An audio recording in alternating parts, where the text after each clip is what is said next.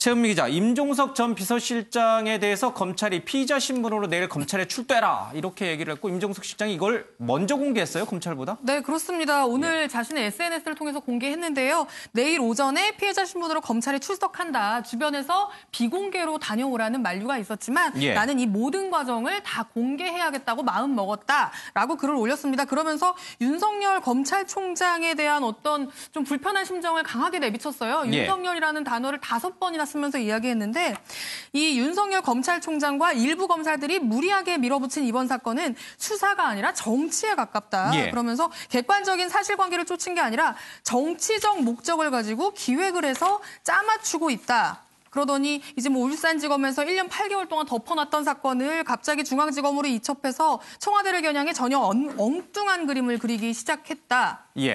이번 사건은 정치적 목적을 이루기 위해 검찰총장이 독단적으로 행사한 검찰권 남용이라고 나는 규정하겠다. 라는 표현까지 쓰면서 요약을 하자면요. 윤석열 검찰총장이 자신의 정치적인 목적을 이루기 위해서 아주 짜맞춰서 기획한 수사다. 검찰권 남용이다. 라고 굉장히 강도 높게 지금 출두를 앞두고 비판을 한 겁니다.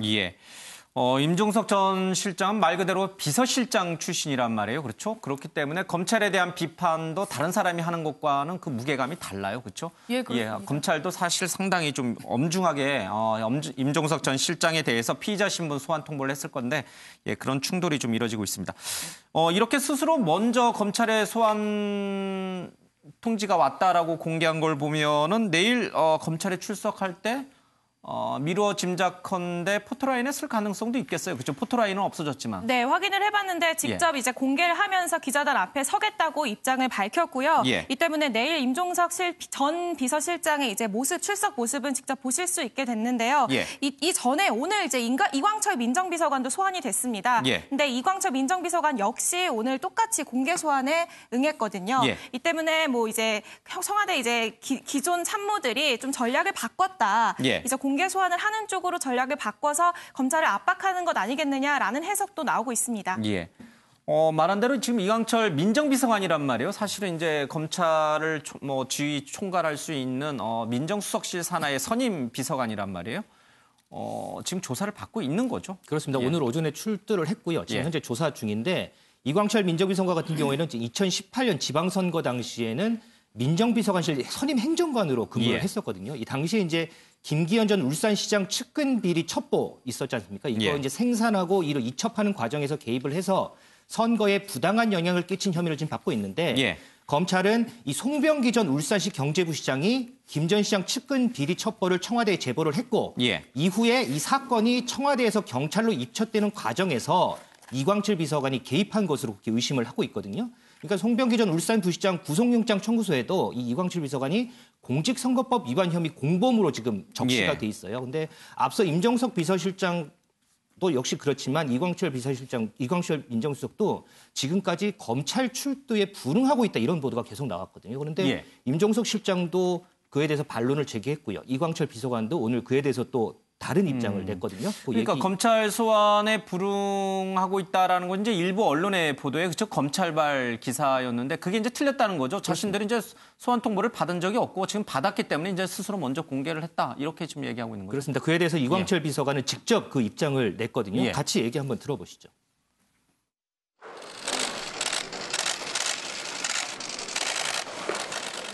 언제 걸려올지도 모르는 검찰의 전화를 피하기 위해서 제 소임 수행에 기묘한 핸드폰을 꺼놨다는 것은 조금만 생각해봐도 말이 안 된다는 것을 다 잘 아시지 않을까 생각이 됩니다. 어떤 연유로 저에 관해서 이렇게 반쪽짜리 사실만을 흘리고 있는지 저는 그것이 매우 궁금합니다. 청와대에서 김기현 첩보 가동 상황이 네, 오늘 오전에 검찰에 소환돼서 조사를 받기 직전에 기자들에게 한 얘기를 했어요. 마스크를 쓰고 왔네요. 그렇죠? 코로나 바이러스 때문인지 모르겠어요. 감기 때문인지 모르겠습니다. 어쨌든 마스크를 쓰고 검찰에 출두했는데 본인이 자꾸 검찰 소환에 불응한다. 그런 적이 없는데도 불구하고 그런 언론 보도가 나오는 것은 검찰이 일부러 반쪽짜리 사실만 흘리는 거 아니냐. 뭐 임종석 전 실장도 그렇고요. 그 부분을 굉장히 좀 분노하고 있는 모양이고. 그렇습니다. 임종석 전 실장도 마찬가지고 이광철 비서관도 그렇지만 지금 검찰이 이렇게 소위 얘기하는 언론 프레이를 하고 있다. 이런 데서 좀 반감을 나타낸 것으로 보입니다. 알겠습니다. 임종석 전 실장도 그렇고 이광철 지금 현 민정비서관도 역시 김기현 전 울산시장과 관련된 선거 개입 의혹과 관련돼서 지금 조사를 받고 있는 거잖아요. 그렇죠? 그런데 저희들 방송 시작하기 조금 전에 송철호, 황운하, 백원우 그리고 박형철, 한병도 등 13명이 검찰에 의해서 이 선거 개입 문제와 관련해서 여러 가지 이제 범죄 혐의와 관련해서 기소가 전격적으로 이루어졌습니다. 유호정 기자, 지금 송철호, 황운하, 백원우, 박형철, 한병도 또 송경득, 선임행정관 등등 여러 가지 이제 관련된 인물들은 저희들이 쭉 다뤄왔기 때문에 그분들 기소는 충분히 저희 이제 이해가 돼요. 그런데 지금 임종석 전 실장이 기소 대상에서 빠져 있고요. 그리고 지금 조사를 받고 있는 이광철 민정비서관도 빠져 있고 황운하, 백원우 이분들, 박형철 이분들은 소환 조사 한 번도 받지 않고 지금 기소가 이루어졌어요. 그렇죠? 일단 백원우 전 민정비서관이랑 박형철 반부패 비서관은 조사가 받았군요. 이뤄졌죠. 그리고 맞아요. 황운하 청장 같은 경우에도 지난 20일에 첫 조사를 받았습니다. 받았습니까? 그동안 이제 최강욱 비서관 기소건에 대해서 이제 이성윤 서울지원지검장과 기존 수사팀이 좀 긴장감이 있었다라는 보도가 계속 나오지 않았습니까? 그때 이제 이성윤 지검장이 했던 얘기가 일단 소환 조사를 해보고 그걸 확인한 후에 기소를 하자라는 의견이었습니다. 아무래도 이제 긴장감이 계속된 기싸움이 이어지다 보니까 이런 의견이 어느 정도 받아들여졌을 가능성도 있다는 점을 충분히 생각해 볼 수 있고요. 이 때문에 지금 현재 이광철 비서관이 오늘 조사가 돼서 조사를 받고 있고 임종석 전 비서실장 역시 내일 소환 조사가 된다면 이제 추가로 기소가 되는 사람들이 또 나올 가능성도 이제 예측해 볼 수 있을 것 같습니다.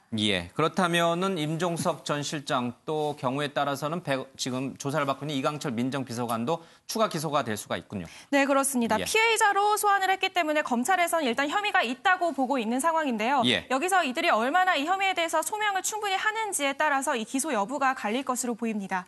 알겠습니다. 검찰의 입장은 이 청와대가 조직적으로 경찰, 그러니까 황운하 청장을 통해서 지금 이 김기현 전 울산시장의 낙마를 위해서 선거에 개입했다.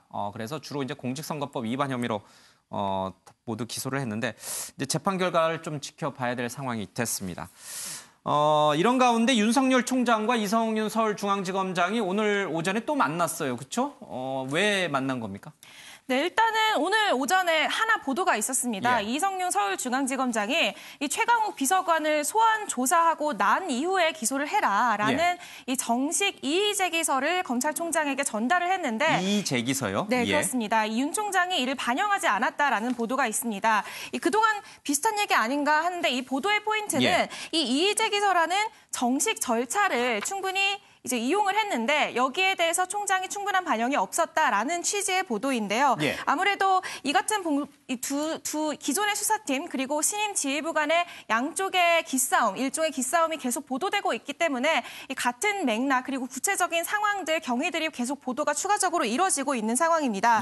그런 가운데 오늘 이제 주간 회의가 있었습니다. 원래 주별로 매일 이제 주에 한 번씩, 최소 한 번씩 윤석열 검찰총장과 중앙지검장이 만나서 이제 회의를 하는 시간이 있는데요.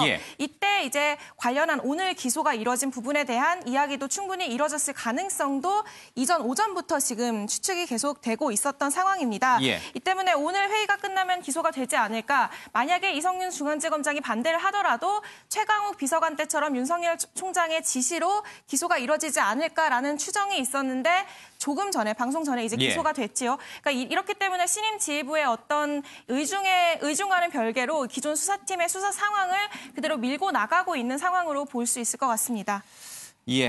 지난 설 연휴 직전인 23일 날 지금 이 선거 개입 수사를 하고 있는 김태훈 공공수사 2부장에 대한 인사가 이루어졌죠.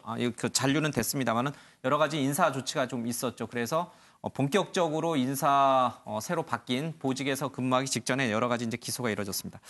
그런데 지금 나오고 있는 이 이의제 기소라고 하는 건요. 지금 보니까 검찰청법 제7조에 그 규정이 있더라고요. 그런데 이제 밑에 검찰들도 내부 의견 수렴 과정에서 윗사람들 상관의 지시가 마음에 들지 않을 경우에 이의제 기소를 통해서 이제 이의를 제기할 수 있는 방법이 있죠. 그런데 이게 과연 구속력이 있는 것인가? 밑에서 이의제 기소를 제출했을 경우에 그걸 받은 상관이 그걸 무조건 수용해야 되는가 하는 문제가 하나 있을 것이고요. 그리고 아무리 그래도 서울중앙지검장과 검찰총장 사이에서 이의제기서가 제출됐다는 거 굉장히 그동안은 검찰 내에서는 보기 어려웠던 장면이거든요. 지금 어느 정도 두 사람의 갈등이 있길래 이런 이의제기서가 공식적으로 이렇게 제기가 됐을까?